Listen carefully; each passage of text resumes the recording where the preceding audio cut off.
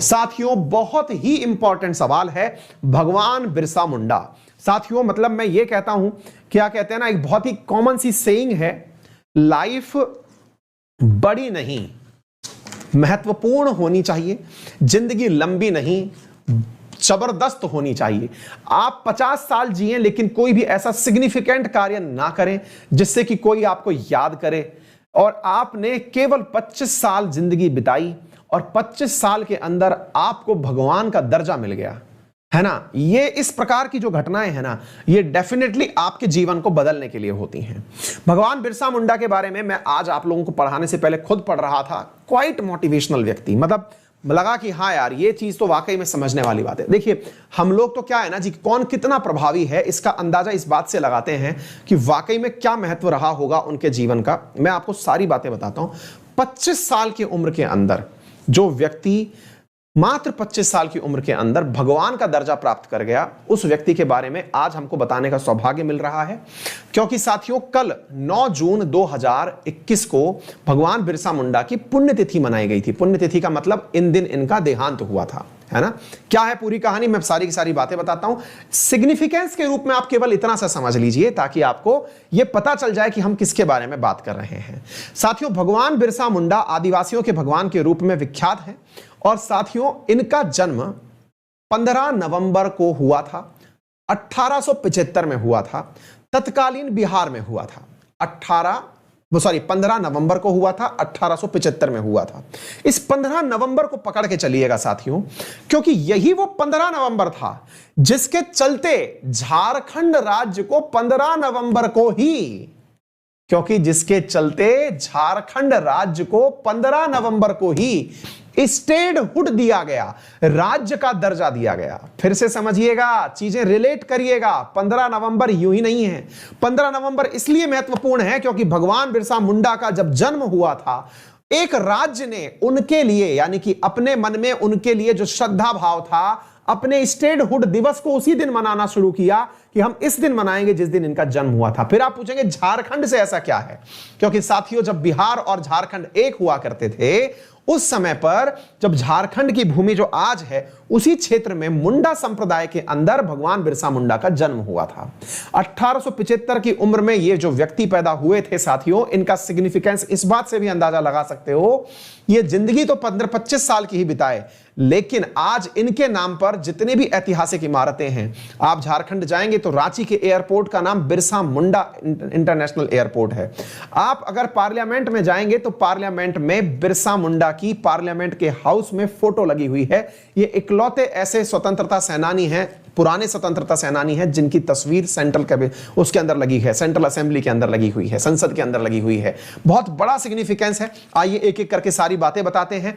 और सबसे बड़ी बात, 25 साल की उम्र में जिन्हें भगवान का दर्जा मिला, वो भगवान का दर्जा उन्हें कैसे मिला, इसके बारे में मैं अब आपको विस्तार पूर्वक बताता हूं। तो हाल ही में साथियों 9 जून को इनकी पुण्यतिथि मनाई गई। 1875 में इनका जन्म हुआ था और वर्ष 1900 के अंदर अंग्रेजों के द्वारा इन्हें स्लो पॉइजन देकर मार दिया गया था। क्या है पूरी कहानी, आइए जानते हैं। तो मेरे प्यारे साथियों, ये हैं भगवान बिरसा मुंडा। ये वो हैं जिनके नाम से पूरी की पूरी एक प्रकार से समझिए कि लोग कांप जाते थे, अंग्रेज कांप जाते थे। क्या थी पूरी कहानी, आइए मैं आपको विस्तार पूर्वक बताता हूं। साथियों हुआ क्या था कि जब अंग्रेज हुआ करते थे तो अंग्रेजों ने भारत पर राज करने के सारे टैक्टिक्स अपनाए थे। हम लोग जो पहले से ही या तो मुगलों के साथ रह रहे थे, मुगल एम्पायर में जी रहे थे, या फिर किसी राजघराने में थे, वो तो गुलाम आसानी से हो गए, लेकिन आदिवासी कभी भी किसी के गुलाम कभी हुए नहीं थे। अंग्रेजों ने फॉरेस्ट एक्ट पास किया, जिसके तहत अंग्रेजों ने फॉरेस्ट की जमीन को काट करके वहां पर पौधों का विकास करने की शुरुआत करी, वास्तविक मतलब खेती करने के लिए। क्योंकि देखिए अंग्रेजों को उस समय माइनिंग में इतना विश्वास नहीं था। माइनिंग में विश्वास नहीं था से मतलब ये समझिए, उन्हें पता नहीं था कि इंडिया का माइनिंग में कितना फ्यूचर है, अदरवाइज तो वो छोड़ते ही नहीं। वो केवल एग्रीकल्चर के पॉइंट ऑफ व्यू से अपने यहां पर जगहों का दोहन कर रहे थे। तो जिस जगह झारखंड की हम बात कर रहे हैं, झारखंड असल में साथियों पूरी की तरह डेंस फॉरेस्ट का इलाका है। अंग्रेजों ने इस क्षेत्र को काटकर खेती करने का आदेश दिया, जिसका आदिवासियों ने विरोध किया। आदिवासियों ने विरोध किया, लेकिन आदिवासियों के पास नेतृत्व का अभाव था। जब नेतृत्व का अभाव था तो ऐसी स्थिति में उनके विरोध को अंग्रेजों ने कुचल दिया। अंग्रेजों के द्वारा उनके विरोधों को कुचल दिया गया, किसी प्रकार से मतलब उनको सिग्निफिकेंस नहीं मिला। लेकिन 1875 के अंदर पैदा हुए बिरसा मुंडा जब मात्र 20 साल के हुए तो 1895 के अंदर इन्होंने नेतृत्व देने की बात करी। किसको नेतृत्व देने की बात करी? अपने उन सभी संप्रदाय के लोगों को जो कि इस समय फॉरेस्ट एक्ट का विरोध कर रहे थे, और इस कारण से इन्हें वहां के लोगों ने नाम दिया धरती बाबा का। किसका नाम दिया? धरती बाबा का इन्हें नाम दिया साथियों। और धरती बाबा के नाम से ये जो बिरसा मुंडा थे, इन्होंने साथियों अंग्रेजों की इस राजस्व व्यवस्था के खिलाफ लड़ाई करना शुरू किया। अपने साथ में सैनिकों को लेकर के इन्होंने पुलिस थानों पर धावा बोलना शुरू किया। अंग्रेजों को इतना डरा दिया कि जहां जहां पुलिस चौकियां बनी हुई थी वहां आदिवासियों के हमले होने लगे, और इस वजह से पुलिस चौकियों को पीछे हटना पड़ा। पुलिस को उस पूरे की पूरे फॉरेस्ट क्षेत्र से निकलना पड़ा। मेरे प्यारे साथियों, इन्होंने लोगों को एक करने के लिए उल गुलान एक टर्म है, जिसको कि एक प्रकार से समझिए जैसे कि अपन लोग वंदे मातरम बोलते हैं, जय हिंद बोलते हैं, लोगों को एकत्र करने के लिए जो नारा होता है, वैसे ही इन्होंने एक नारा दिया जिसका नाम था उल गुलान। उल गुलान आज भी बहुत फेमस है। मतलब एक प्रकार से समझिए कि अगर कोई भी नया मोर्चा शुरू करना होता है तो आदिवासियों के बीच में, विशेष रूप से झारखंड के क्षेत्र में, उल गुलान शब्द का यूज आज भी किया जाता है। तो इन्होंने एक नारा दिया उल गुलान कि आदिवासियों एक हो जाओ, चलो हम अपने अधिकारों की लड़ाई लड़ते हैं। और ऐसी स्थिति में इनके द्वारा जो किए गए अटैक्स थे, अंग्रेज पीछे मतलब इनकी वजह से हटने को तैयार हुए। 1895 से 1897 में इन्होंने अंग्रेजों के द्वारा जिन क्षेत्रों पर कब्जे किए गए थे वो अधिकांश क्षेत्र छुड़वा लिए। 1897 में इनके द्वारा ऐसे ही एक पुलिस उस पर किए गए हमले के विरोध में अंग्रेज सेना ने अपने तोपखाने सहित इनके क्षेत्रों पर चढ़ाई करना शुरू कर दिया। साथियों, उस तोपखाने के साथ में अंग्रेजों ने जब आदिवासियों पर चढ़ाई करी तो उस वजह से आदिवासियों को अपनी जान बचा करके भागना पड़ा। और उस समय पर बिरसा मुंडा जो हैं, चूंकि ये तीर कमान के साथ में तोप गोले का नेतृत्व कर रहे थे, इन्हें गिरफ्तार कर लिया गया। गिरफ्तारी के पीछे भी कहते हैं कि ये उस समय गिरफ्तार नहीं हुए थे, क्योंकि ये छापामार युद्ध नीति के बहुत बड़े योद्धा थे। इनको उस समय गिरफ्तार नहीं किया गया। असल में अंग्रेजों ने उनको गिरफ्तार करने के लिए 500 रुपए का इनाम रखा। साथियों, ये 500 रुपए आज के समय में शायद 50 लाख से ऊपर है। आप इस चीज से अंदाजा लगा लीजिए, क्योंकि जिस समय 1 रुपए के अंदर 10 किलो से ज्यादा गुड़ आ जाता हो, आप उस समय की इंतजार कर रहे हैं, 1900 की बात कर रहे हैं। उस समय इनके ऊपर साथियों 500 रुपए का इनाम रखा गया। और इस 500 रुपए के लालच में एक व्यक्ति ने, इनका ही एक परिचित था, उन्होंने अंग्रेजों को इनका पता दे दिया। इन्हें गिरफ्तार किया गया और रांची की जेल में डाल दिया गया। वर्ष 1900 के अंदर इन्हें रांची की जेल में डाल दिया गया। और वहां पर साथियों अंग्रेजों ने इन्हें कोई स्लो पॉइजन दे दिया। स्लो पॉइजन के कारण साथियों इनका शरीर धीरे धीरे खत्म होने लगा और 9 जून वर्ष 1900 को इनका देहांत हो गया। इसी की याद में, इनकी पुण्यतिथि को हम लोग इनको याद करते हुए अपनी तरफ से पूर्ण श्रद्धांजलि दे रहे हैं। हम इनसे ये मैसेज खुद में कन्वे कर रहे हैं कि जीवन के अंदर कुछ बड़ा करने के लिए उम्र में बड़ा होना जरूरी नहीं है। हम में से बहुत सारे लोग इस गाने को गा करके समझते हैं कि बस मजा ही आ जाएगा, अपना टाइम आएगा। टाइम नहीं आएगा जी, आपको टाइम के पास जाना होगा। समय आएगा ना, अपना टाइम आएगा, वो खुद चल के नहीं आएगा, आपको जाना है। इन लोगों ने उसी चीज को प्रूव करके दिखाया है। एडवर्स कंडीशंस में मुकाबला करने के लिए आपको निकलना पड़ेगा, ठीक है ना। तो ये चीज है जो आप लोगों को यहां से समझ में आनी चाहिए। और मेरे प्यारे साथियों, मुंडा संप्रदाय से ये बिलोंग करते थे। आप इनके साथ में ये चीज जान सकते हैं, ये सेंट्रल हॉल के अंदर, इंडियन पार्लियामेंट के अंदर इकलौते ऐसे आदिवासी नेता हैं जिनका इंडियन पार्लियामेंट के अंदर फोटो लगा हुआ है। एक इकलौते आदिवासी नेता हैं। इनके ही नाम पर मेरे प्यारे साथियों रांची के अंदर बिरसा मुंडा एयरपोर्ट का निर्माण किया हुआ है। और इनकी मौत को लेकर के बहुत ज्यादा रूमर्स थे कि इन्होंने जहर देकर के अंग्रेजों ने इन्हें मारा था। तो उम्मीद है आप लोगों को यह बात अच्छे से समझ में आ गई होगी। जो बिरसा मुंडा थे साथियों, बिरसा मुंडा को किस नाम से जाना जाता था? तो इन्हें मेरे प्यारे साथियों धरती बाबा के नाम से जाना जाता था। धरती बाबा जो है, और इनका जो फ्लैग हुआ करता था, व्हाइट झंडा जो है वो इनके लिए हुआ करता था, ठीक है। तो आप अब इधर देख लीजिएगा, केंद्रीय कारागार के नाम भी इनके नाम पर है, बिरसा मुंडा एयरपोर्ट भी है ना। ये सारी की सारी बातें हैं। और साथियों Indian history, modern Indian history में पर्सनैलिटीज में आप इस बात को पढ़ रहे हैं। अब जैसे आप लोगों ने ये सारी बातें सुनी, कुछ को आप में से जोश भी आया होगा, लेकिन आप में से बहुत सारे लोग ऐसे होंगे जिन्होंने मॉडर्न हिस्ट्री पढ़ी तो है लेकिन आपको ऐसे नायकों की कहानियां हम जो आजकल की किताबें पढ़ते हैं उनमें मिलती बहुत कम है। मतलब आपको एक छोटा सा चैप्टर मिलेगा, आप जब मॉडर्न हिस्ट्री पढ़ रहे होते हैं, और इस बात को थोड़ा ध्यान से सुनिएगा, आप मॉडर्न हिस्ट्री जब पढ़ रहे होते हैं तो आपको एक छोटा सा चैप्टर मिलेगा। क्या चैप्टर मिलेगा? कि भारत के अंदर स्वतंत्रता सेनानी या फिर आदिवासियों द्वारा स्वतंत्रता संग्राम, उसमें भी एक छोटा सा, मतलब छोटा सा लेख बिरसा मुंडा के द्वारा किया गया आंदोलन। 4 लाइनें हमारे इतिहास में केवल इनके लिए मिली। क्या आपको लगता है सर कि ये वाकई में 4 लाइन के ही जिम्मेदार थे? मतलब जिनको देख करके झारखंड राज्य बना, वो झारखंड राज्य जो भारत का 40% मिनरल और 25% कोयला रखता है, जो इन्हीं के नेतृत्व में बना। यानी ये समझिए कि यही वो नायक हैं जिन्होंने मुंडा संप्रदाय को अलग राज्य की मांग के लिए या फिर क्षेत्र के संरक्षण के लिए प्रसारित किया, मोटिवेट किया। क्या आपको लगता है कि ये इतनी सी 4 लाइन है इतिहास में? आप उठाइए ना, विपिन चंद्रा उठाइए, स्पेक्ट्रम उठाइए, आपको मुश्किल से 1 पेज भी नहीं मिलेगा पूरा पूरा इतिहास में पढ़ने के लिए।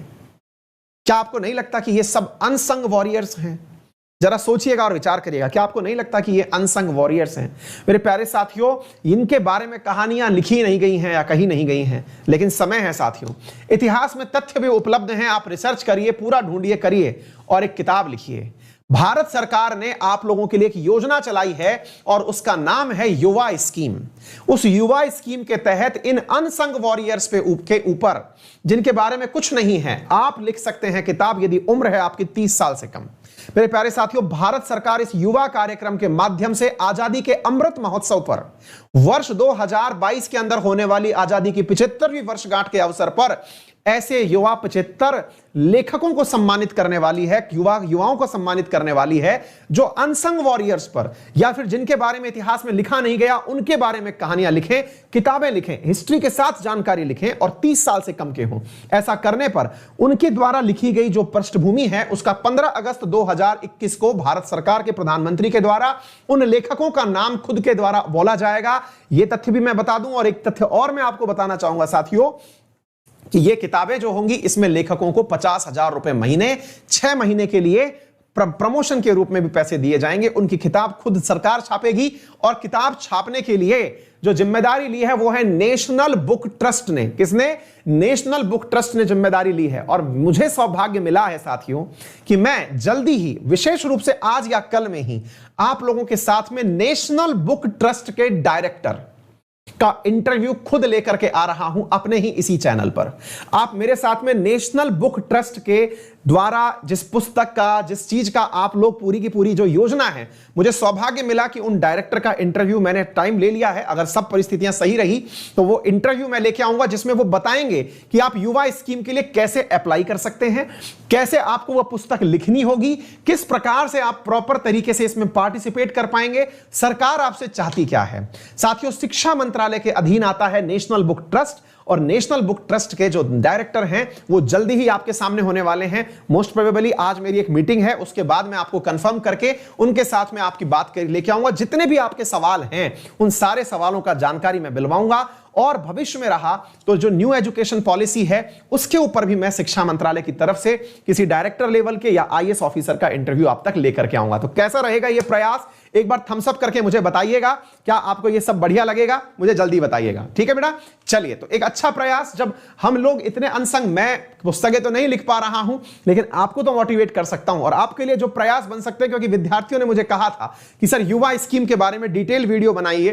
तो अभी मुझे दिल्ली जाना था, तो मैं दिल्ली जाके भी आया, फिर मैं मुख्यालय गया, एनबीटी के यहां गया, डायरेक्टर साहब के पास गया, फिर जाके वहां बात करी कि सर हमारे आप बच्चे हैं और वो जानना चाहते हैं कि ये है क्या। तो फिर उन्होंने कहा ठीक है, आपके लिए हम ये काम कर सकते हैं। तो देखते हैं आज अगर ये काम बैठता है तो मैं आज या कल में आपके सामने वो इंटरव्यू लेके आने वाला हूं, है ना। मैं बता दूंगा जैसा भी रहेगा। कोर्सेज हैं इसके अंदर, यूपीएससी और एसएससी दोनों ही जगह मेरे सब्सक्रिप्शन वैलिड है।